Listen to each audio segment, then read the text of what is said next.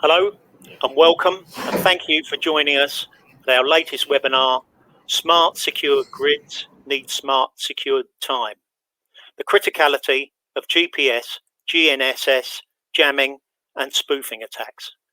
Brought to you by World Security Report magazine, the Critical Infrastructure Protection and Resilience family of events, and the World Border Security Congress. My name is Tony Kingham. I'm the editor of World Security Report magazine. But before we go on, we have some housekeeping. I'd like to point out the Q&A tab at the top right-hand side of your screen. You can ask questions there at any time during the webinar, and the speakers will attempt to answer as many as possible at the end. There's also a polls tab. We will be having some polls during the webinar. You will be able to see the poll questions and answer them, and see the answers in that using that tab. If at any time your screen freezes, just press a refresh and you should automatically rejoin us. Okay, so let's get started and introduce our speakers. I'm not going to give you their full CVs because you've seen that on the website. Our first speaker is Yossi Schneck. He's head of cyber entrepreneurship at the Israel Electric Company, the IEC. He was responsible for readying the company against all cyber threats and attacks. Yossi has more than 45 years experience in computer systems and technologies in utilities, including information systems, scientific applications, supercomputers, infrastructures and architectures, and of course, cyber. David Fagelston is Vice President International Sales at Accubeat and has been with the company for the past 7 years.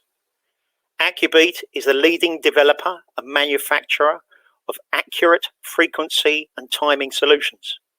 Before joining Accubeat, David held senior positions at several leading telecom companies. And by the way, David holds a BSc in electro optics and physics and a master's degree in law, quite a mix. Okay, David, the screen is yours. So, well, good morning, good afternoon, good evening. Thank you for joining today's webinar. I see we have quite a diverse international audience tuned in today. So thank you for taking time out of your busy schedules to be with us for the next hour or so. And I hope we'll all gain something from this webinar. Thank you for the introduction, Tony. Thank you.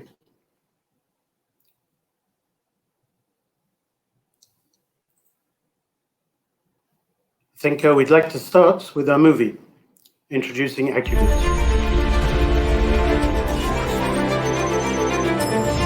Since the dawn of time, clocks mark the progress of technology. New clock innovations mark the beginning of new eras. From the Renaissance to the Age of Discovery, through the wonders of modern technology and space exploration, accuracy is everything. Accubeat manufactures atomic clocks, which are an integral part of our modern world. Accubeat's atomic clocks provide highly accurate timing and synchronization for industrial, critical infrastructure, and military applications. An exclusive supplier to the U.S. Air Force, the Israeli IDF, and many other Tier 1 integrators, Accubeat's atomic clocks and PNT solutions are used in systems from fighter jets to missile systems and to submarines worldwide. The ground segment of Europe's Galileo satellite navigation system relies on Accubeat's rubidium systems, as do manufacturers of testing equipment and research institutes.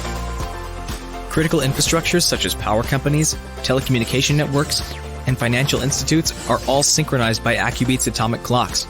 And as cyber attacks jam and spoof GPS signals, causing widespread outages and damage, Accubeat has developed and patented a series of products and solutions that will protect your most critical systems in a GPS-denied environment.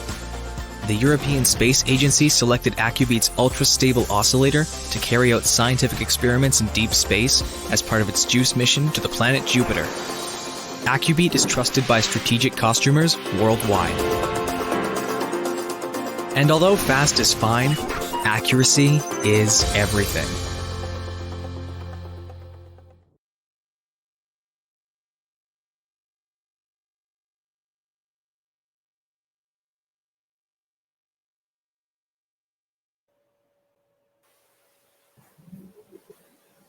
Okay, so it's Yossi Schneck. Hello to everybody.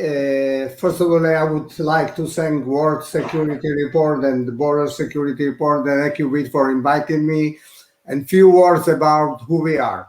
So Israel Electric is the incumbent vertically integrated electric utility of Israel, one of the biggest industrial companies in Israel, categorized as the supercritical infrastructure.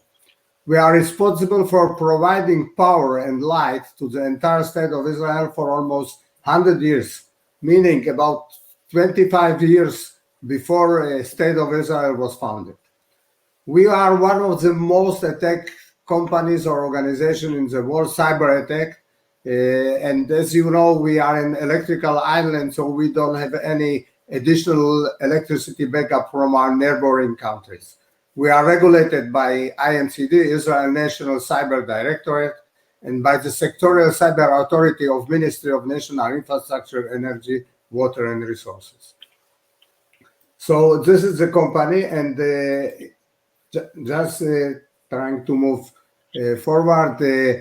We are a unit in IEC called IEC Cyber. It is the Cyber Entrepreneurship and Business Development Unit at Israel Electric. We have gathered our 24 or even more than 25 years of our cyber battle experience, insights, practices, tools, and methodologies, and packed them into a unique cyber defense and a resilient game-changing suite. We call it Sophic. Sophic in ancient Greek means wisdom, and it is based on lot of experience and lot of wisdom. Thank you.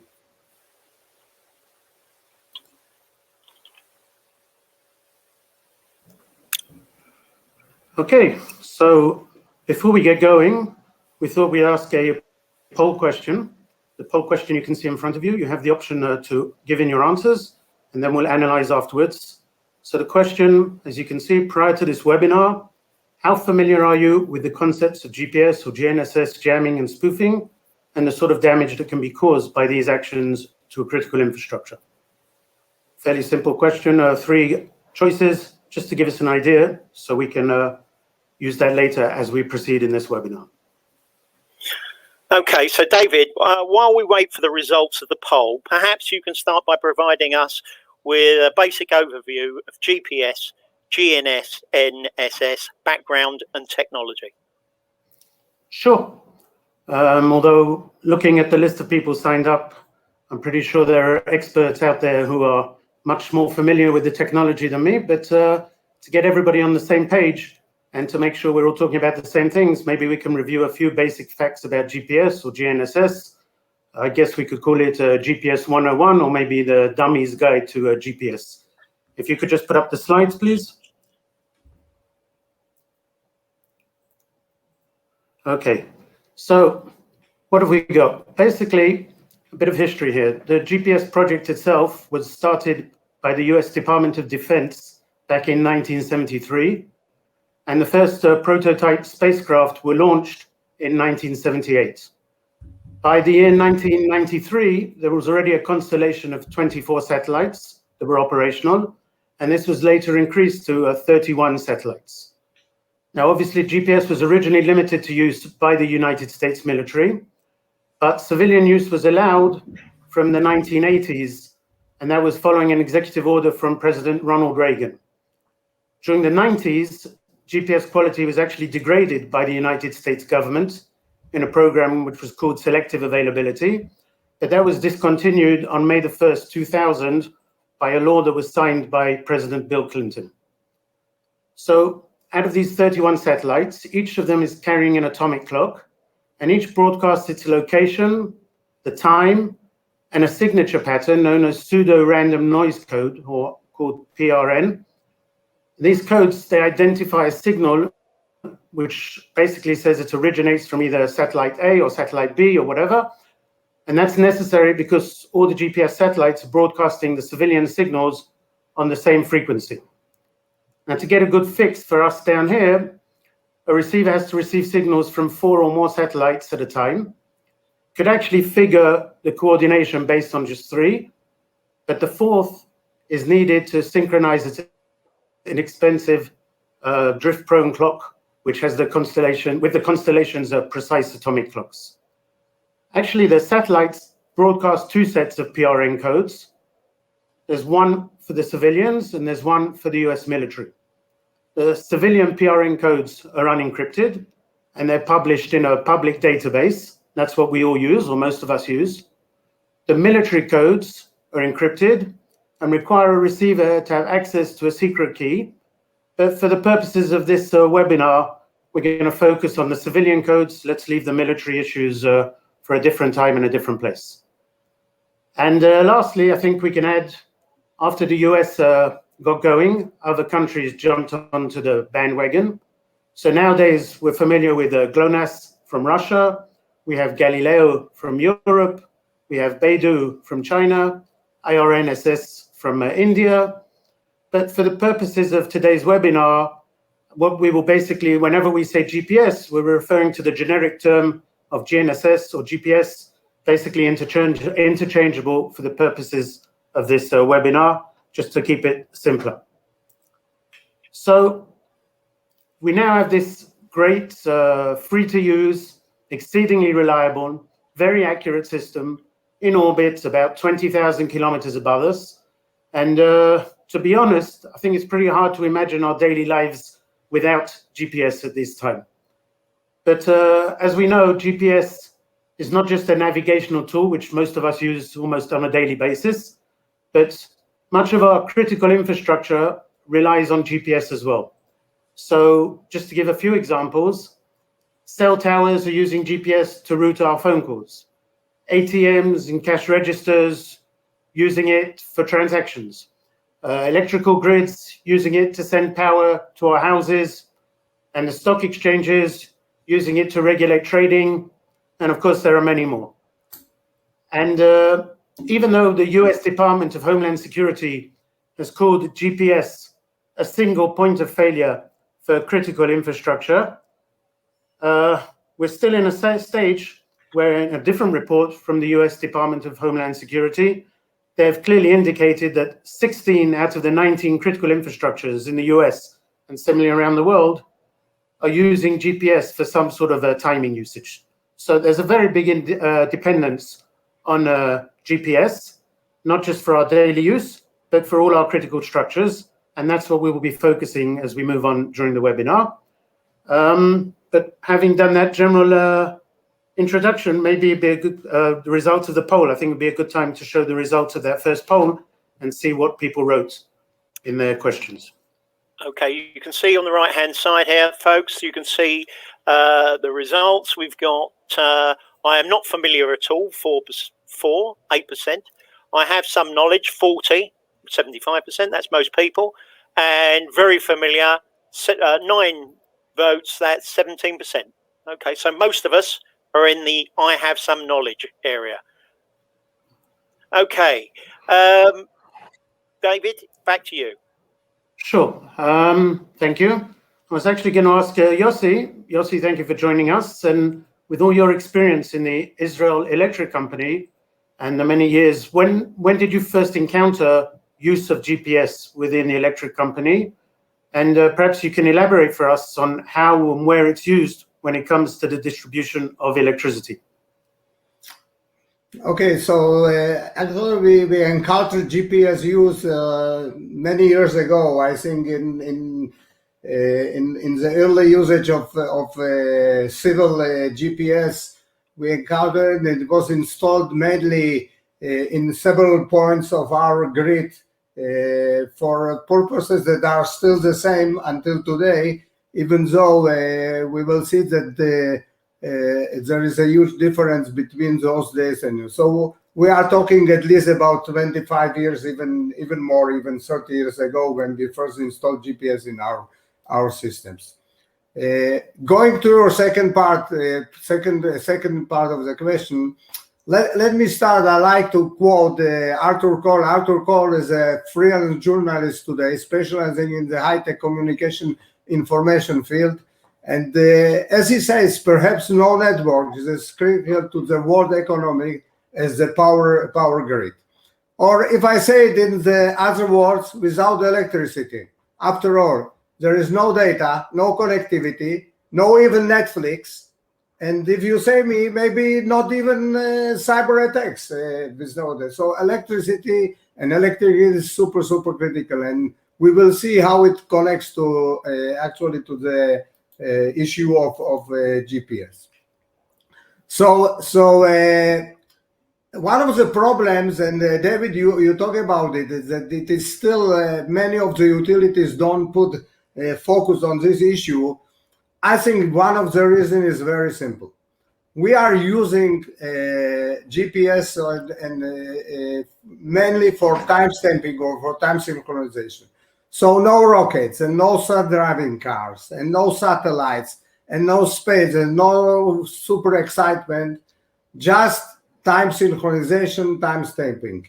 And it creates, I would say, some feeling that this thing is not so important, it's overlooked, and it is not taken a super critical issue, not generally and not as a cyber specifically.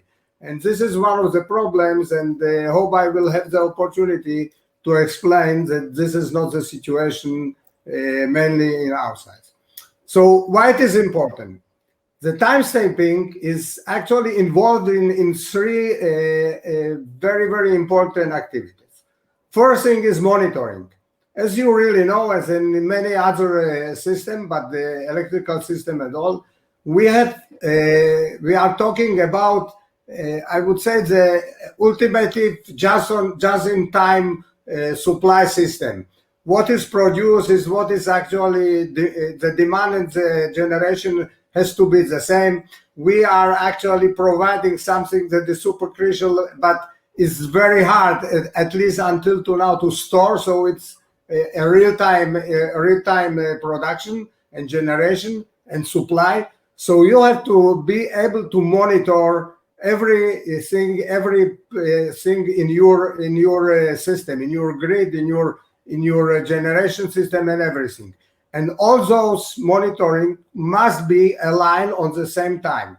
It doesn't make sense that you will actually see different things in the same time slot, but there will in reality be not the same time picture. Just to imagine, it's like to put 5 different video cameras to catch a moment, and every camera will transfer the same moment, but from in different time. So this is the problem. The second thing important is root causing. Our data that is gathered from those systems is one of the main tools to find different causes and root causes for different events that are happening in our systems, failures and additional events. If we don't get a proper aligned time for all the components, actually we will be in big problem to analyze what happened and actually to decide what to do in case and how we solve the different events. And the last one is diagnostic. Diagnostic is important not only in cases of an event or failure. It's important all the time. We have to diagnose to make our systems more efficient, more resilient, and all those must be done again with something that is promise us the integrity of the time, integrity that all the points we are measuring, we have exact knowledge that we are talking about the same period, the same time, the same sequence. The challenges to do it are big challenges. Our system, first of all, are quantity. We have a lot of systems, and every system is compounded with and built with lot of different components. We are talking about hundreds and thousands of components, starting from different end devices, starting from sensors, and computers and communication entities and so on. So a huge quantity of elements that actually are transferring the time and data to our data gathering system, And again, it's one of the challenges how you manage such huge quantity. The second is the variety. Those elements that I described seconds ago are not something that are one kind or two types of elements. We are talking about huge variety of elements, every element with different characteristic. Even elements that are doing the same functionality are coming from different producers, different vendors. So it creates additional challenge in our control system. And again, especially in the time stamping or the time synchronization of this element. The last one, and David already talked about it, this is the main thing of GPS or time manipulation, is the accuracy. If we talk about accuracy a little bit, accuracy is actually the element that should assure the time integrity. And as you can see, we are talking about, I know that there are systems that are much more delicate and precision, but we are talking about a system and that should provide us with 16 to 20 millisecond cycle at least, even less to be accurate, because it set according to the frequency we are talking in electric system. And assuring time integrity, this can range from the problem of different discontinuities, anomalies, cause monitoring, detection, analysis, and the responsiveness of maintaining measurement accuracy to a traceable source. So the operators of those systems, and I will mention operators several times in our speech in our webinar, must maintain conformance of time information across multiple devices and ensure interoperability and end-to-end system testing function. When I am talking about the discontinuities and anomalies, there are different discontinuities, and part of them are involved. I'm not sure if everybody knows, but GPS and time management has discontinuities, like, for example, leap seconds that the system should take care about, and they take care about those in software. And those points, like leap seconds or additional things, that is the GPS week number rollover. I don't know if you are familiar with it, but the week number is kept in the GPS system by 10 binary digits, so it can reach only 1024 number is the maximum number, or 1023 from 0 to 20. So after this, after about 9.5 years, if you translate those weeks to years, the counter is set to 0, but you have to manage that it is a discontinuity. It's not 0, it's 1025 and 26 and so on. All those things, why am I mentioning it? There are additional things that the cyber can attack. So spoofing is not only what we are going to talk about it, but also things that can be done by manipulating the GPS data after it's translated. For example, like manipulating the different discontinuities, the embedded discontinuities. Okay, thank you, Yossi. David, in the past few years, we've heard the term jamming and spoofing in relation to GPS. Can you expand on these terms and explain to us how some of the threats and vulnerabilities? Sure. It's divided into a few groups. So the signal, by the time this is reaching us from these satellites that are at 20,000 kilometers above us, is obviously exceedingly weak. In fact, a conference I attended a few years ago, one of the presenters talked about turning on a 40-watt light bulb in New York and trying to view it in California. So we're talking about something exceedingly weak, and as a result of that, it's relatively easy to block or jam. So that's obviously an initial problem that we will have to take into account. Add into that, you've got naturally occurring problems. As it passes through all those kilometers in order to get to us, it could encounter some solar storms, or scintillation, which will diffract the GPS beams, and therefore what we get is not exactly what we should be receiving. That's another problem. But the one I want to focus on, which is obviously the main issues relative to this webinar today, are the man-made issues. So the first one that I put on the list here is RF interference. Now, this could be unintentional radio frequency interference, could be from malfunctioning or poorly configured electric or radio equipment, could be accidental transmissions on the GPS frequencies, and it could also be intentional transmissions on adjacent frequencies or even on the same frequency, but wasn't specifically intended to disrupt the GPS. Interesting, I read not long ago an experiment using just a 2-watt transmitter on the cliffs of Dover in the UK, and that disrupted the GPS reception across the width of the English Channel. So that gives someone an idea of what we're talking about. And those of us who follow the literature on this, we know that it contains many different reports of unintentional RF interference with GPS services. I'd just like to highlight a couple.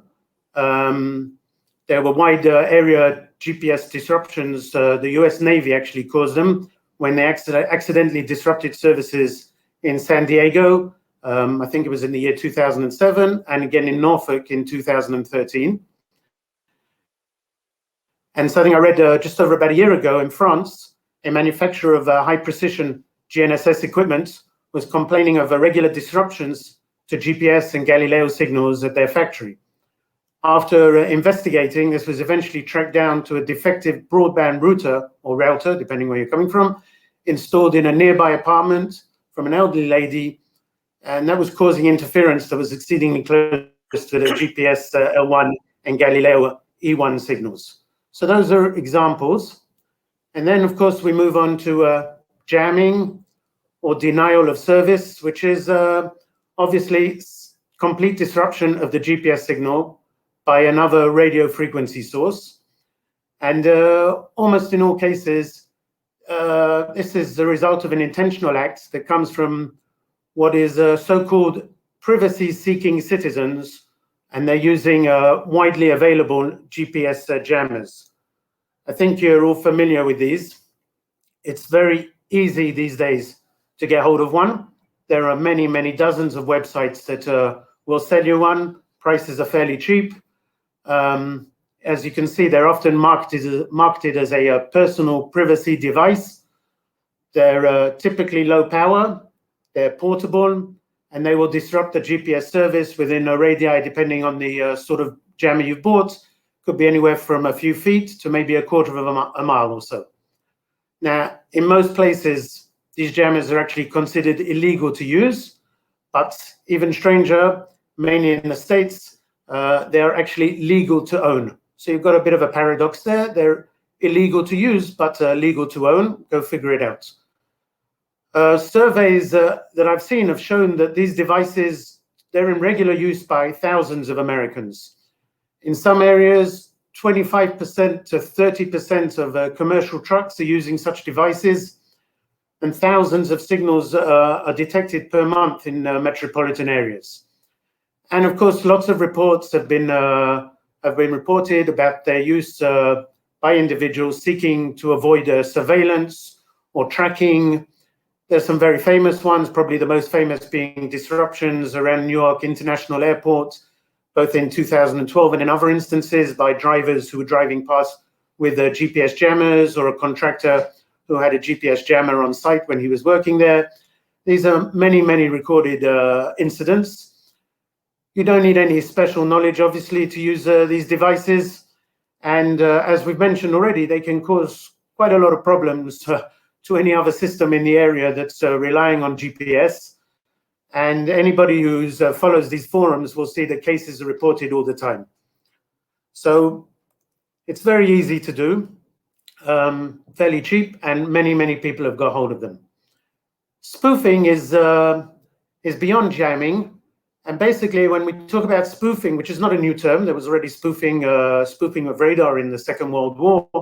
But in our case, we're talking about transmitting false GPS-like signals with the basically to introduce hazardly misleading information.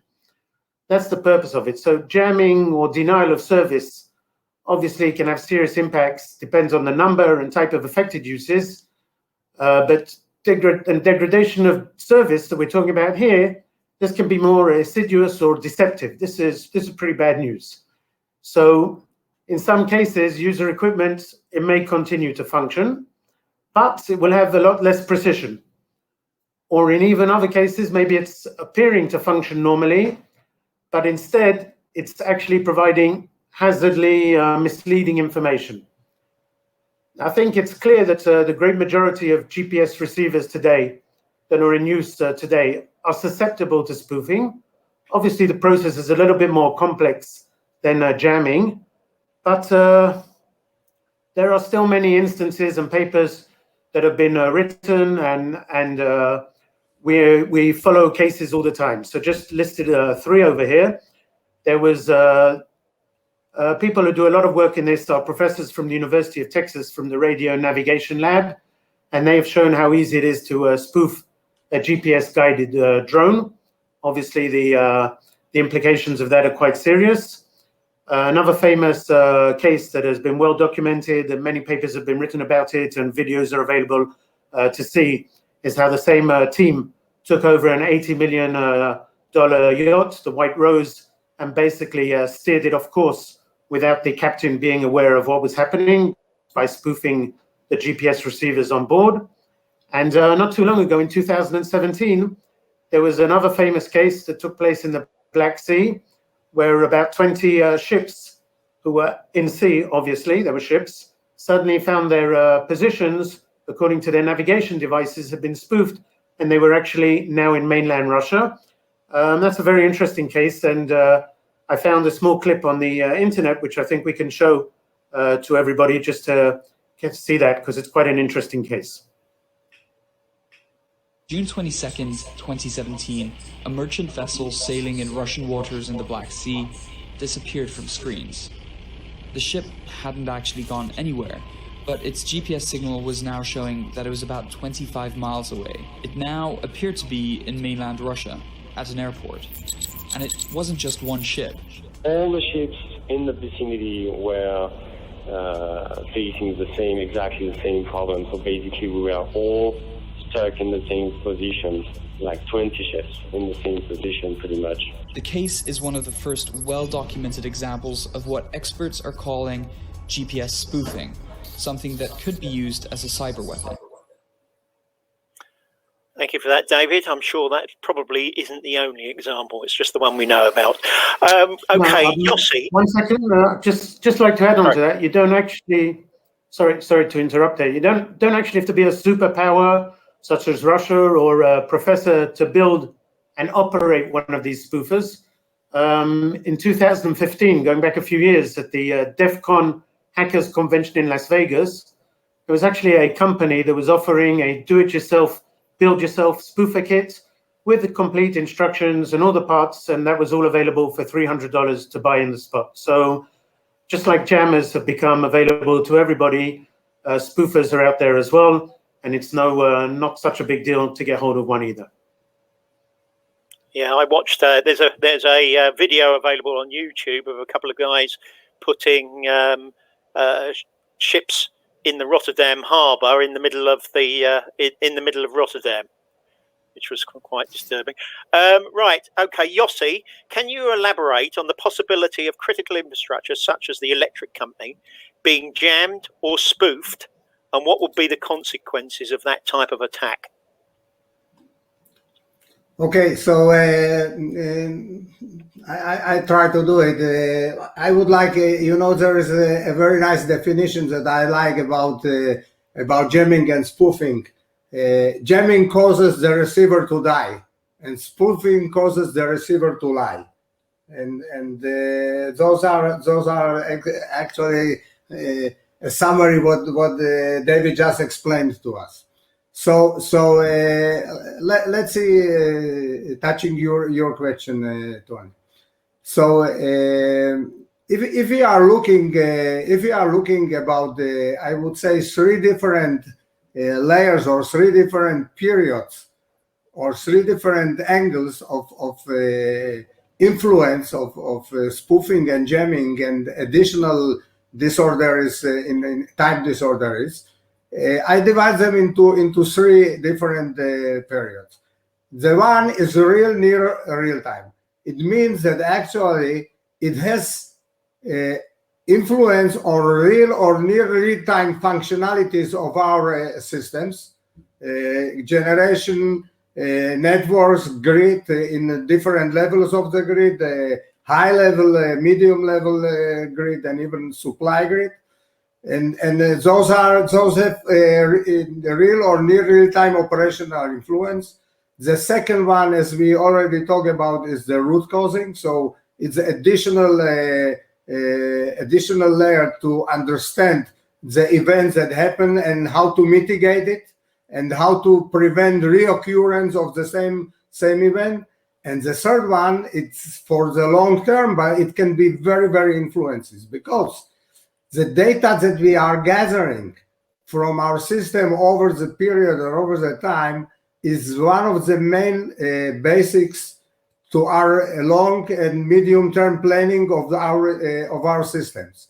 And if this data is corrupted or is wrong or is not synchronized, we are basing our planning parameters to our future systems on wrong assumption, on incorrect databases, and it could be very, very crucial, very, very costly, and so and so. So those are actually the main issues. And let me talk about something that is touching the first level of the more near or real-time system, and I will talk a little bit, and if you allow me also explain for those that are not familiar with this, I will talk about a spoofing attack that was done on an element that is called synchrophasor. A synchrophasor is a sophisticated monitoring device that can measure the instantaneous voltage, current, and frequency at a specific location on the grid.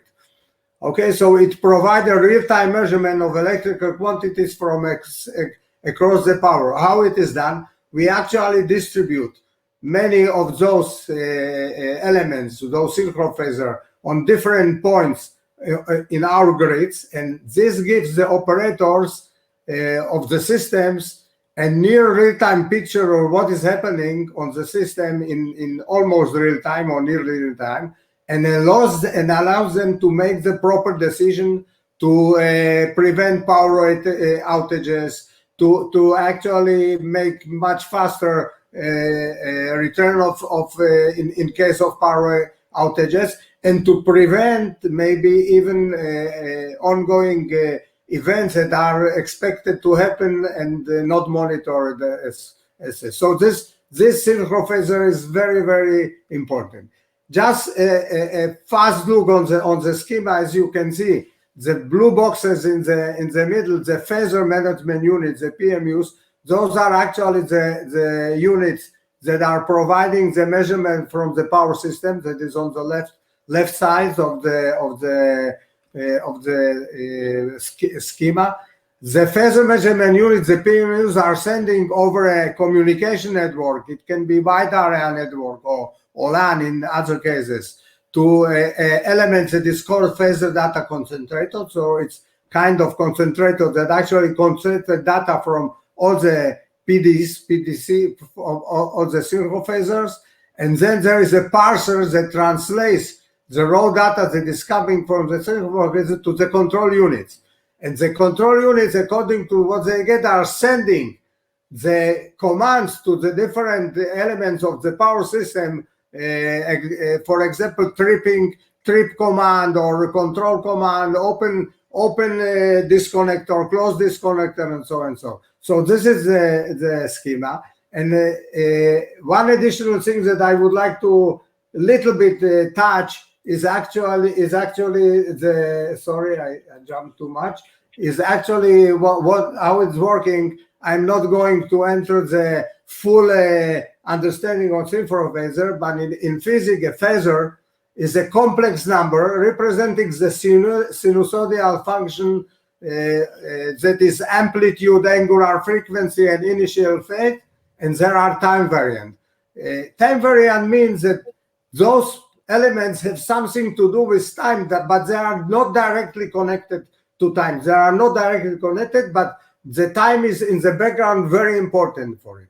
And in a common situation in electrical networks is the existence of multiple sinusoids that we are familiar with it, like voltage and like frequency and like current. All those are sinusoids. But in electric network, all those sinusoids have the same frequency, but they have different amplitude and phases. And actually, if I disturb the synchron part, that is actually the time synchronization, I actually get totally true or corrupted data, and you can actually understand what are the consequences of such data. So at the end of the day, synchron phaser under spoofing attacks, synchron phaser is used to improve the effectiveness of grid protection, reducing and not only reducing but also preventing outages. And GPS spoofing attack is influencing actually all the period. The real time, the ability to find the root causing, and at the end of the day, it creates a corrupted data that if it is used for planning, it's something that is very, very critical in our systems. Okay, thank you, Yossi. David, is there documentation to support Yossi's statements and concerns? David, your microphone is off. Okay, sorry about that. No worries. Sorry about that. Okay, so yes, there is documentation that supports what Yossi just said. There are papers that are easily accessible. This is just a copy of one of them. How easy it is to basically bring down and cause a large-scale power outage. And if we see here, basically, analyzing the main conclusions from this paper, we can see the following. So first of all, yes, it's possible conclusively possible that it's to induce a large-scale power blackout by spoofing the GPS. As Yossi mentioned, the way to do it is to attack the PMUs, the phaser measurement units that are connected to those synchro phasers, and that's the way that it's done. And that's just as Yossi talked about, nothing new there. Basically, the GPS spoofer was introducing a gradual time offset into the timing signal of this PMU. What's important to point out, there's no physical access to the unit. So if we're talking about a critical infrastructure, you don't have to be right next to the critical infrastructure. You can be located a distance away. Another thing to take into account. According to the research in this paper, it took about 11 minutes that the PMU was no longer operating correctly. And bottom line, and this is, I think, the most worrying part that we all need to think about, this could definitely lead to a cascade of faults and a large-scale blackout. So I think it's quite well understood, both as Yossi said, from his practical experience in the field and from papers that have been written by our friends in different research institutes, that critical infrastructures such as power plants and other places are definitely susceptible to GPS spoofing attacks.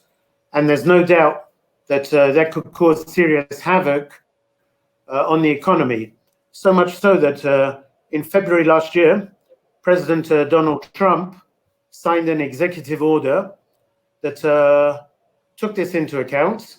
Basically, the order relates to strengthening national resilience through the responsible use of PNT, position, navigation, and timing services, which basically is GPS, obviously, specifically instructing the US federal government to foster responsible use of these services. The critical infrastructures have to be ready for that. So I think Yossi will elaborate a little bit more on this a bit later on in this webinar, but we can clearly see here there's a call to action which has come from the highest levels, and we have to understand that we're not talking here science fiction. We're talking real sustainable threats that national critical infrastructure operators need to be aware of, they need to be prepared for. So that has to be taken into account as we move forward. And obviously, this means that simply having an air gap between your SCADA systems, your systems, and the internet isn't going to protect you. No, you need to do a lot more than that, as I think we will see in a few more slides. Okay, Yossi, before we move on, we have another poll question for our audience. The question is, do you currently have a cybersecurity plan? Okay, you can submit your answers, and we'll look at the results later. Whilst we wait for the poll results, Yossi, you previously mentioned there'd been a paradigm change in the electric utility industry. Please explain the change and how it influences GPS, GNSS usage criticality. Okay, so let me start with a short explanation about that I am talking paradigm with this simple slide. I have to admit that I presented this slide about 8 years ago in Washington in some convention, and I, because of it, I left the original years that I predicted then that it will happen. I'm not sure that they are accurate anymore, but the trend is surely, and maybe that some of the things are happening much quicker than I predicted. But let's say we are talking all the time about smart grid, but from my point of opinion, the smart grid is actually at the end of its period, even though it's something that seems very, very, very good. The smart grid is actually something that allows us to bring the renewables, the new generation, and to actually incorporate them in current grids and everything. It's not simple. So it's mixed generation with traditional networks. But we are moving fastly to the next age that I call distributed supply chain age. And as we can see, the mixed generation is much more influential and much more significant. Lot of renewables, lot of local distributed generation. And again, we are talking also about changing the traditional grids, traditional networks. We are talking about new elements like microgrids, much more automatization and much more things. So again, a different thing. I think, as I said, that it will start in 2023. It started already, and we are already in the early stages of the distributed thing. But very quickly, we are going to the next stage that is called, I called it autonomous supply chain age. And this is called autonomous generation and autonomous networks. Full autonomous systems that will provide electricity with with minimal man intervention. And as I said, I mentioned at the beginning operators. I will talk about it in a minute again. But the operators that we see them today, persons that are sitting in control rooms and doing different decision and operational activities will be very, very minimal and maybe will not exist at all. Everything will be automated and we are on this way. Part of those things are already working. So this is the the main change of paradigm. Additional change of paradigm is that if we were used to supply of electricity that is streaming very clearly from the power station via the transmission system, via the distribution system, and via the supply system, today it's something that is mixed because we have different producers or generations. Even a private home with solar panels on his roof is becoming suddenly somebody that is streaming energy into the network. So the direction is not so clear anymore. And I don't know if you know, but there is a new term. Until now, electric utilities have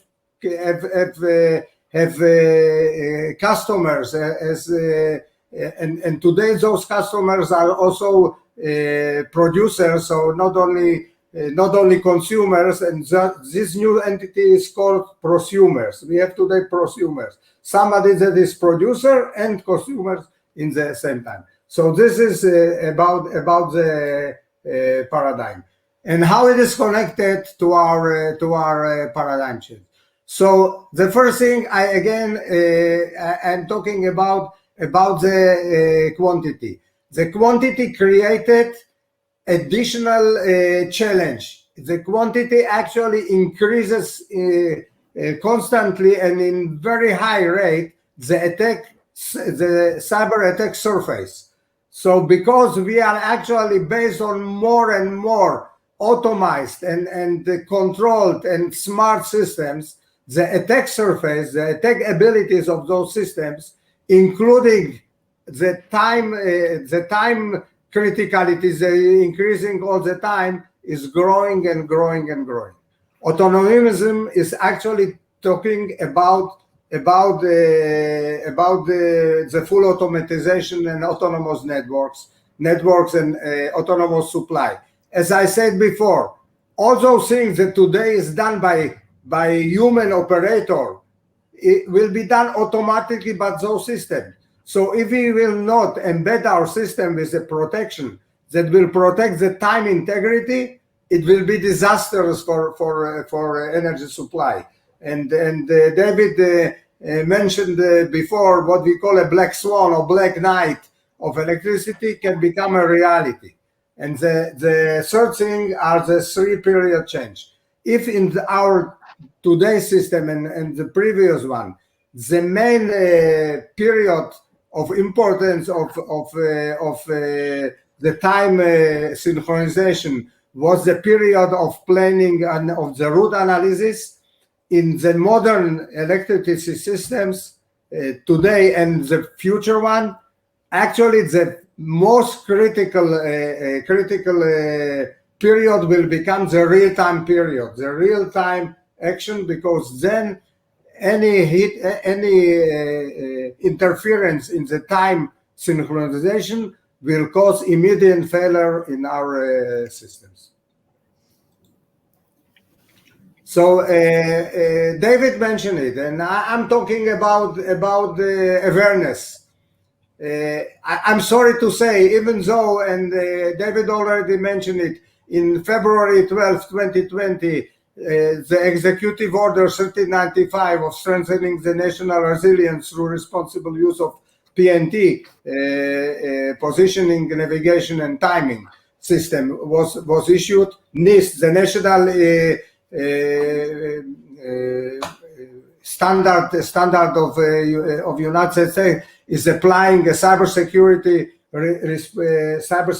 framework for the responsible use of PNT called NIST 8323, and there are many other cases we are hearing about. But again, according to my very, very intensive visit to different utilities and critical infrastructure, not only electrical utilities, water utilities, actually the awareness about the changing importance of those system, of the GPS system and the data, is actually very, very low still. And I think if it will not be improved, it can create really a huge disaster. Okay, Yossi, thank you very much. David, coming to you, what solutions can AccuBeat provide to a critical infrastructure to effectively handle the cyber challenges mentioned by Yossi? Okay, so at AccuBeat, we have developed a proprietary algorithm that will detect a spoofing attempt. And this unique solution can be added on as an extra level of security to our range of atomic oscillators and solutions that we provide. So when this anti-spoofing technology is used, then the exact timing that the customer will receive is actually coming from an AccuBeat protected atomic clock and not directly from the GPS receiver. And consequently, the end user is getting a protected and secure GPS data, is getting secure TOD data, getting secure 1 PPS, and obviously the accurate output frequency from this atomic clock. So that's sort of behind it. If we delve a little bit more into how it fits on our products, this additional layer of protection, so we can add it on to our standalone rubidium frequency standards. That's the 133 range of model. You can see on the first one and the second one, or into our nano atomic clock version, which is our reduced size, the NAC 1. We can also add this technology, and we have added on to our military standard GPS disciplined range of solutions and systems, and onto our level of NTP and PTP network time service. So that's an additional range an additional layer of security, of anti-spoofing security that can be added on to our different range of products. Those are all available and are already in use by some of our customers. That's one way of looking at it. When it comes to protecting a system where you already have a legacy solution in place, so let's say an electric company, such as where Yossi works, and you want to protect that. So we have developed and patented a fairly unique plug-and-play solution that we call the Time Firewall. And this is specifically designed for easy integration into an existing legacy timing network at an operator or a critical infrastructure. We can see here exactly how it would go in. Basically, we're talking about a 19-inch rack-mounted unit, standard equipment, and needs to be installed somewhere between the GPS antenna and the existing timing server. And as its name implies, it is acting as a firewall between the GPS signal that's received from the sky and the output that's coming from this antenna.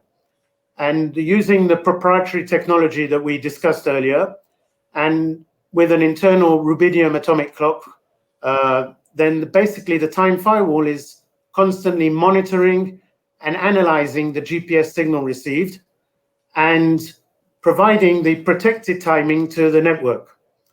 In a situation where everything is operating correctly, there's no disruption to the GPS receiver, so the signal is passed through, everything's fine, operational aspects are unaffected. But if, however, the Time Firewall would detect some sort of anomaly, detects a disruption to the GPS signal, it could be from jamming, could be from spoofing, then it will prevent that input being used and ensure that the timing system is not affected. And therefore, all operations are going to continue seamlessly. They're going to continue uninterrupted, even whilst you're undergoing a GPS jamming or spoofing attack. And in addition to that, the Time Firewall will communicate with your network control center that indicate to you that there is an issue, and this will enable you to have corrective action taken at that particular site. So the thinking behind this and the premise when we set out to develop the Time Firewall is that there's no requirement to replace your existing timing equipment that's already been installed by the customer, but we still provide you with an unprecedented layer of protection against the sort of attacks that we've been discussing so far in this webinar, which I think is quite clear from everything we've said so far, from real life experiences of different places and from the papers that have been written, can have far-reaching consequences. So if you, I like to think of it sometimes as a type of insurance policy, sort of thing that you hope you never really need it, but in the case where you do need it, then you're glad that you've made that relatively small investment and put it into your system. I think I mentioned before that the unit itself is patented. We hold patents for this product, both in Israel and in the USA. And there are many other countries where the process is close to being finalized, and the patents will be in those other countries as well. So that's the Time Firewall. Maybe this would be a good time to look at the results of that poll that we took just before.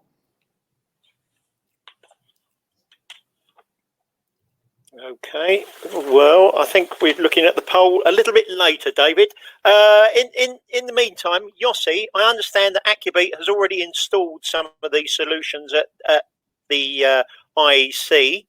What is your experience and feedback from the installation so far?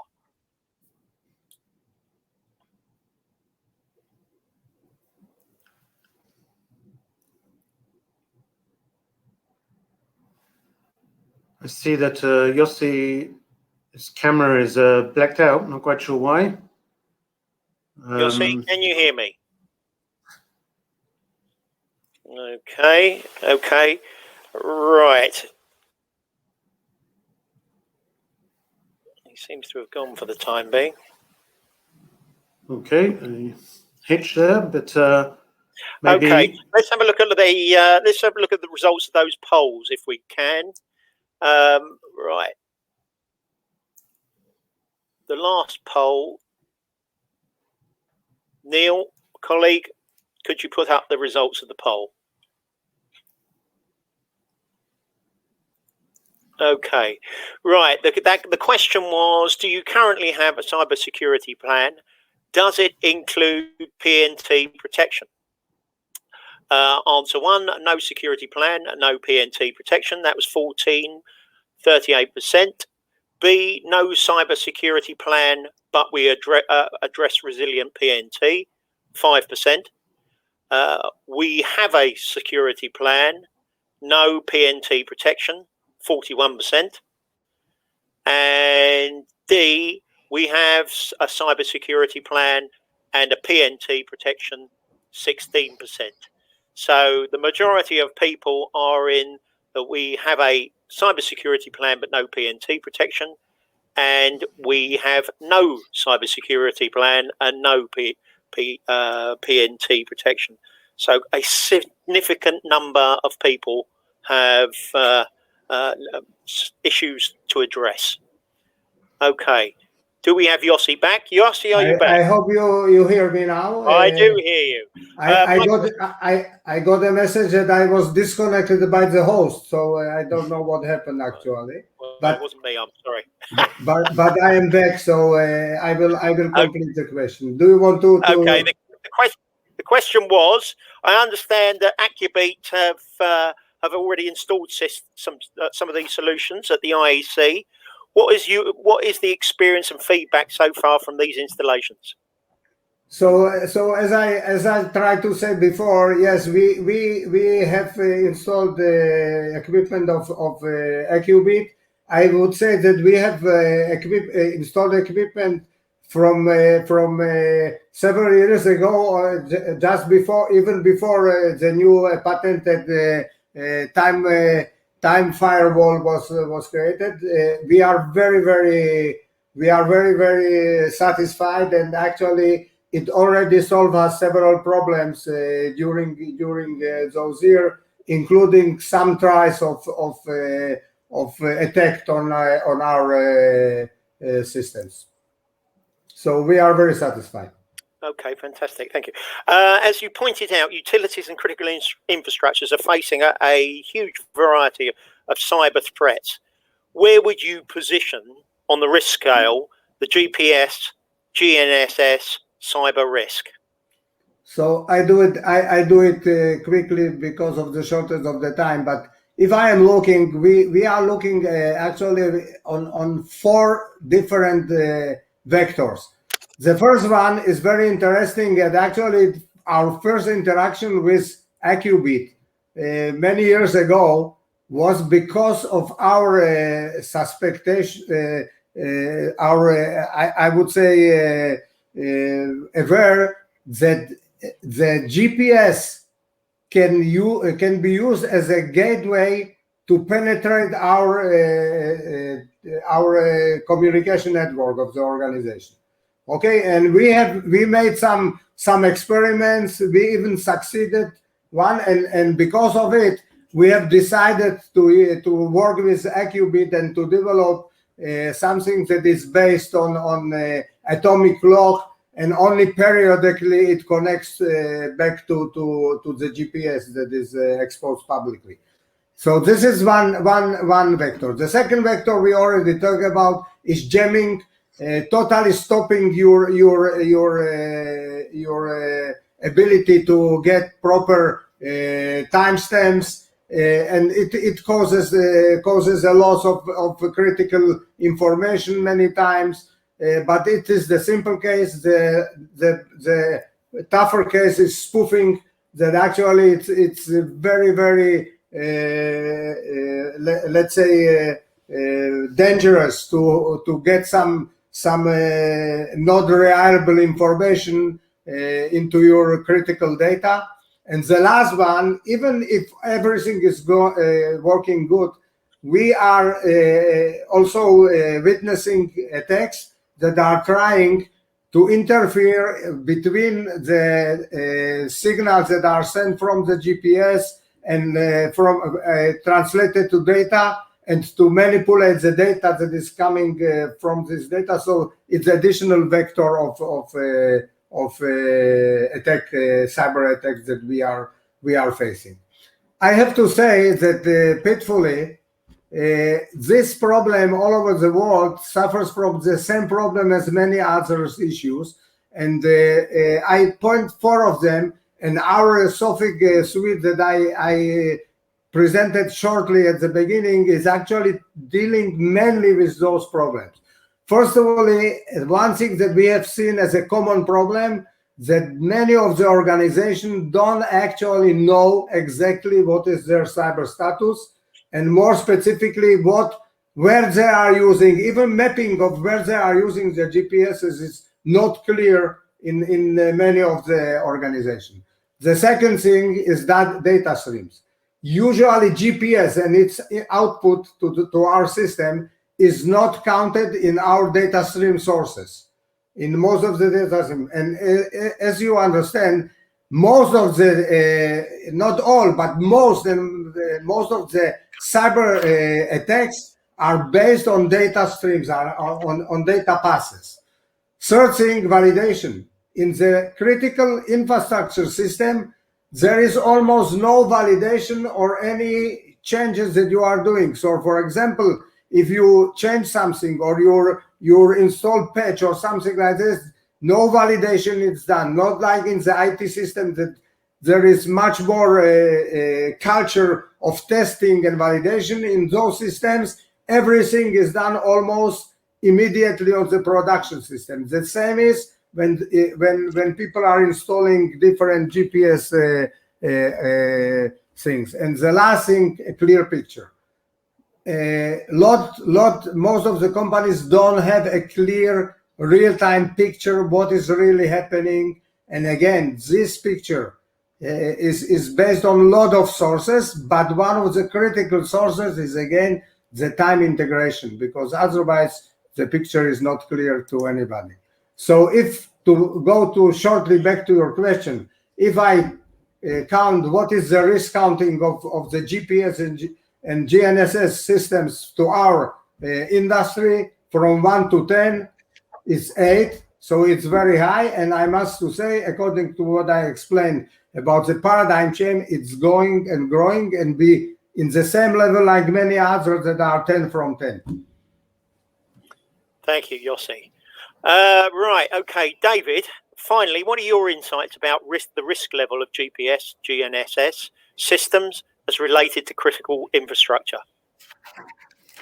Okay, so I'm a little bit aware that we're over time here, so I apologize and don't worry about thank that. everybody. Don't worry about that. Okay, I'll try and sum up in a few words here. So I think it's very clear that GPS or GNSS, as we've talked about, is an integral part of our lives, and it's very hard to imagine our daily lives without it at this point in time.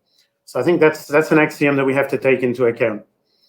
It's also an invisible utility. It enables many critical infrastructures, but as we saw before, it's been defined and continues to be as described as a single point of failure for those same critical infrastructures. Another point we have to take into account as we move forward. I think it's also clear from all of us who have seen how easy it is to do GPS jamming. I would say thousands of cases are reported and documented, and GPS spoofing is not science fiction anymore. There are cases that are well documented, either by cyber terrorism on one hand or by nations who are doing it. But GPS spoofing is out there and it's not going anywhere, and we have to take that into account. Spoofing, as I say, can be carried out by terrorist groups, can be by nations, but it's people going against critical infrastructures, going against the military, going against first responders, and can definitely cause large-scale equipment malfunction, large-scale damage, large-scale economic damage, and wreak quite a lot of havoc. And we have to take that into account, because when we're talking about these sort of serious economic consequences, this is no laughing matter. So it's out there, it's happening. We've shown you, I hope, during the course of this webinar that there are solutions. There are solutions from Accubit that include our patented time firewall and our anti-spoofing time servers that will help protect your critical infrastructures against such attacks. They're easy to install, and they are there to ensure that you have uninterrupted operation even in a GPS or GNSS denied environment. So I think that's, from my side, summing up where we stand and what's happening. And be happy to open up the floor to any questions and answers that might have come in during the time, if people still have the time to stay with us. Okay, thank you. Right, well, we are over time, but we have time for a couple of questions. This is one for Yossi. I think you alluded to it earlier. Did you ever record actual spoofing attacks on your timing systems? And if so, what were the implications of the attacks? So you know, it's a very sensitive question, but I would answer that. Yes, we encountered tries to spoof our one part of our systems. The implication was very, very low because of the Accubit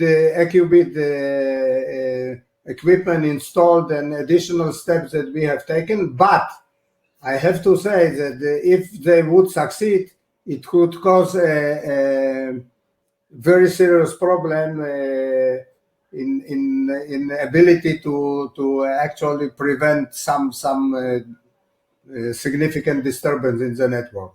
I'm talking about the transmission network. Okay. So yes, I'm familiar also with some cases in our colleagues utilities all over the world. But again, it's a sensitive, and I cannot go to more details. But the answer is definitely yes. Okay, thank you. Right, okay, this is a rather technical one for certainly for me. Could adding, e.g., triangulation, angular information, in brackets, what satellite constellation is visible and at what angle from the supposed position, and a unique time code, not render spoofing way more difficult?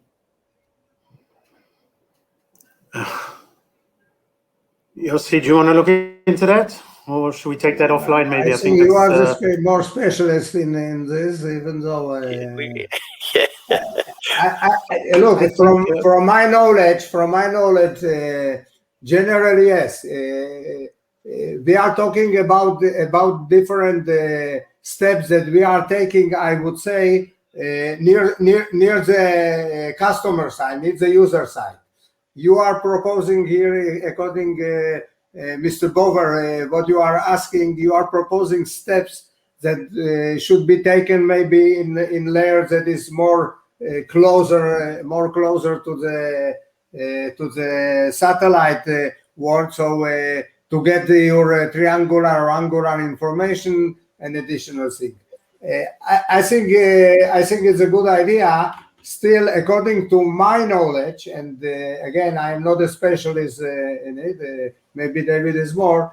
It's very expensive actually to make changes or modifications in the satellite systems, and it's much easier if you can achieve the same result close or or in your end user systems. But my answer to this idea is yes. Yes, it can help. Okay, thank you. Right, next question. If you have a double GNSS, e.g. GPS plus GLONASS or GPS plus Galileo, am I protected against a single jamming spoofing attack? Okay, so most systems are now multi-GNSS. So even though some of these depends on how they're planning the spoofing attack, but there's no guarantee that just because you're on multi-GNSS that you will be protected against this sort of jamming or spoofing attack. Just a question of playing around with the spoofer or jammer, and I think you're just as vulnerable. So I wouldn't take that as a way out of getting out of the possibilities, the threats that we've discussed, since so many systems these days are multi-GNSS already. Okay, thank you. And, right. and Okay, if you allow me, Tony, if you allow me one sentence Go about ahead. it, I agree with David, but I have to add, even though if you have two GNSS system or 3 GNSS, you still have to add additional layer that alerts if there is some discrepancy and how you decide what is the right one. Okay, because if only one is spoofed, then the second one, no, how you know what is the right one? So it's not only Still that gonna you cause have a problem. many system, you need additional layer Yeah, of okay. logic. Right, we've got time for one more question. David, in one of your slides, you showed anti-spoofing NTP network servers. Can you elaborate on these units and what advantages do they provide? Okay, let me just go back to that slide with your permission. Let's try and get to that. Okay, so we're talking about within our product portfolio at AccuBits, we have many different types of Rubidium-based GPS discipline time servers. They have NTP and PTP capabilities. For those who are interested, if whoever asked the question, then the data sheets for these products, more information can be seen and downloaded from our website, and obviously they can reach out to me directly and I can give more information. But in addition to the standard units that have been available for a while, the different time servers that we have, as I mentioned, we have added our proprietary anti-spoofing capabilities that are added as a sort of extra layer of protection, which is against GPS jamming and spoofing. And in a case like this, if a customer is looking for an all-inclusive one-box solution, which will combine the network time server together with the anti-spoofing technology, then obviously this is a preferred choice. Much more cost-effective than having 2 boxes, doesn't require to install separate systems, saves space and in installation, better MTBF, and other factors. So I would say that's the shorter answer. And obviously, if anybody wants to reach out, I'll be happy to provide more details. I think we have here our contact information for all those who want, and obviously it will be available in this presentation. This webinar will also be available for a while on the internet and on our website and on your website. So if anybody's looking for more information, then please reach out and we'll be happy to answer as much as possible. Okay, thank you. Right, I'm afraid we're out of time. I'd like to thank our speakers for what was an incredibly interesting webinar on a very important subject, and thank you, our delegates, for joining us today. Don't forget to join us at our next webinar, which is Securing the Littoral Border, Understanding Threats, Challenges and Solutions for Maritime Borders, and that's next Tuesday. Join us for our events, Critical Infrastructure Protection and Resilience, North America, that's in New Orleans in October, and the World Border Security Congress in Athens, also in October. And please don't forget to subscribe to World Security Report magazine via the World Security Index website. Thank you, everybody. Thank you for watching. Stay safe and goodbye. Thank you very much and goodbye.